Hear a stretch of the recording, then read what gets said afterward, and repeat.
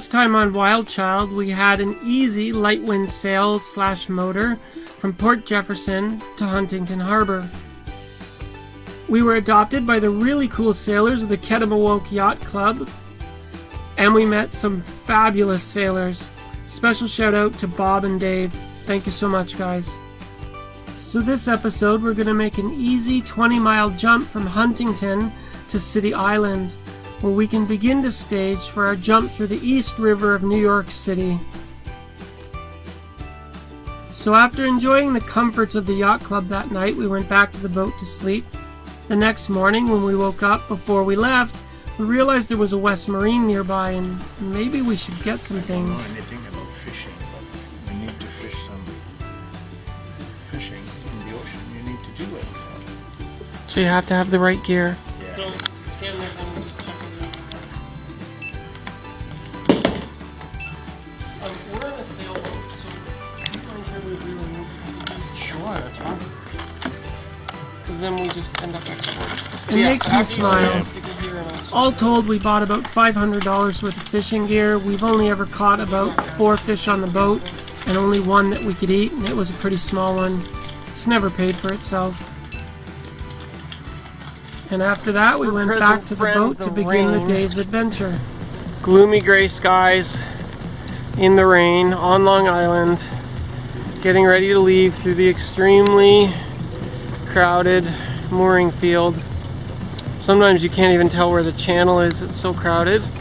But we landed softly, we had good friends, good company. We've recharged our boat, we're on this like floating service dock, and we're gonna head out. So we're ready at the helm.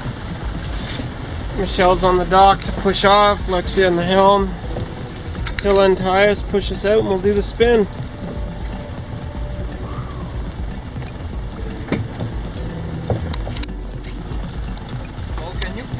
The sheet of the grove. Story of our life. It's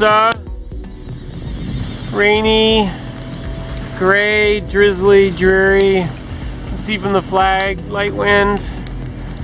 We're headed out again into Long Island Sound. We have to get way out, kind of there. I don't know if you can see it. Way, way, way out. And we're leaving Huntington Harbor.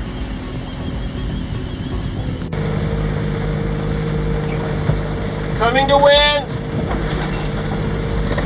I realize we seldom get to show you the mechanics of what it means to raise the sail and stuff. So this time I put this camera on a tripod and tried to give you an idea.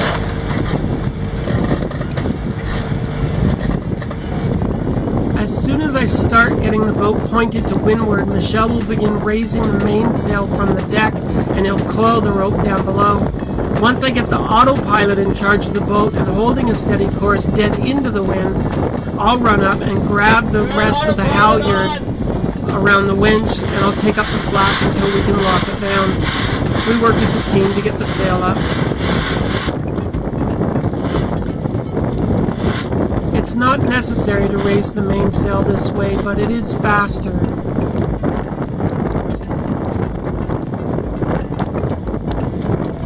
When he has the mainsail 90% of the way up and it starts to get too hard to pull from the deck, I'll wrap it around the winch, grab a winch handle, and winch up the last bit. Put the final tension on it. We have the boom loose and swinging because we don't want the boom to prevent the halyard from tensioning the luff properly. But once we get that set, I need him to set the Cunningham and the boom bang.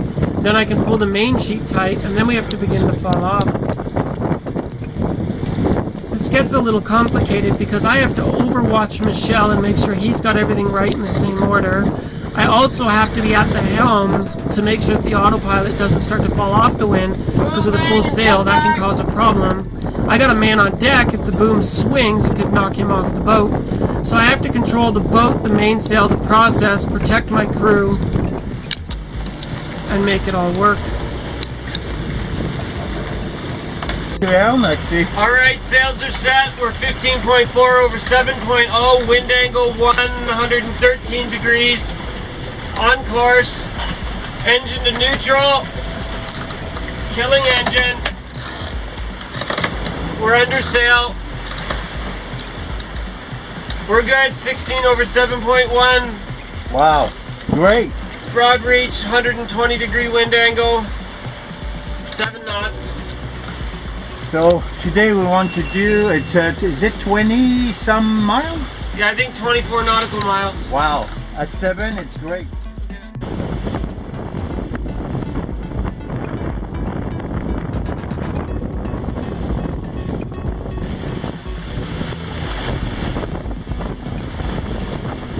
WildChild's doing great, and she's a really fast girl.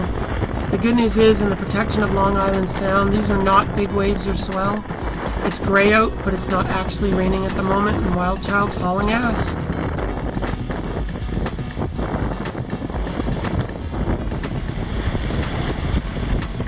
We make sure we stay to the east outside the main shipping channel, so we don't have to dodge freighters or barges.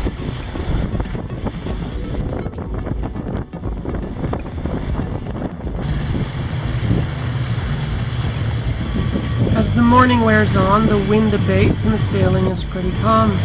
And there in the distance is our first glimpse of the Big Apple, that world-famous city of all cities, New York City.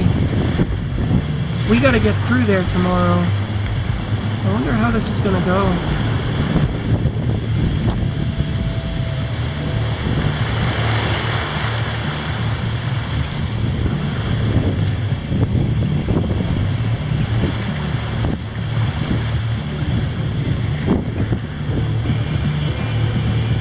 That blue rope is a preventer rigged to the boom.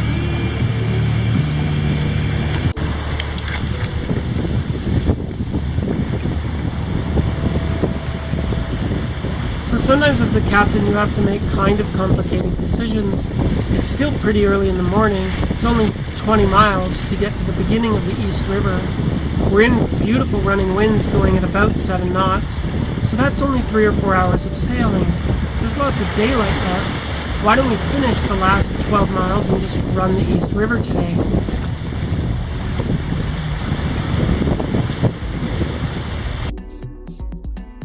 Well, the thing is that the tides cause 6 knots of switching current in the East River in a narrow spot called Hell's Gate. You really have to time your approach to this so that the current will be in your favor, because you probably will not be able to motor against it.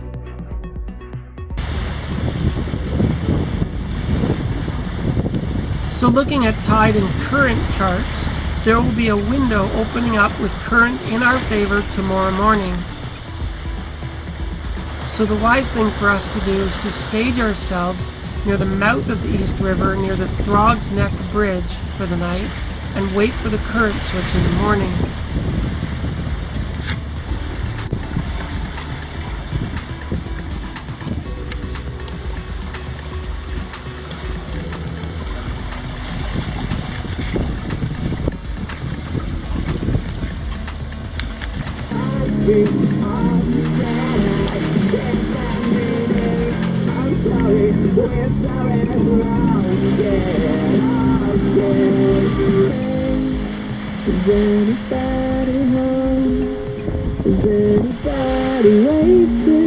Did I ever mention that sometimes sailing is boring? So you crank up the tunes, sit on the deck, and just enjoy the view.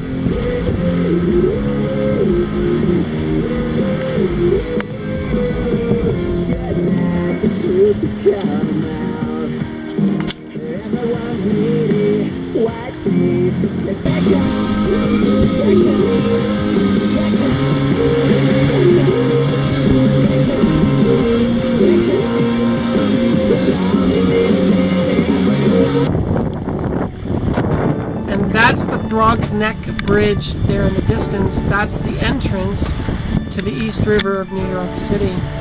So we need to stage somewhere near here. Off the starboard side is City Island.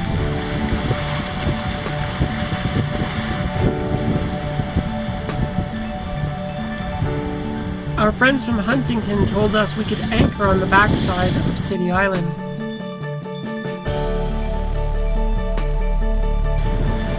We're running along on only the reef main. We furled the Jenny up a few minutes earlier. It's time to make our turn to starboard, tuck around, and find some place to anchor. It was an easy day of sailing, and hey, easy works for me.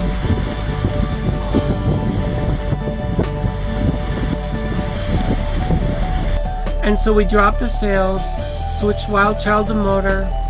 I went up on deck to sort of scout ahead and have a look at the mooring field.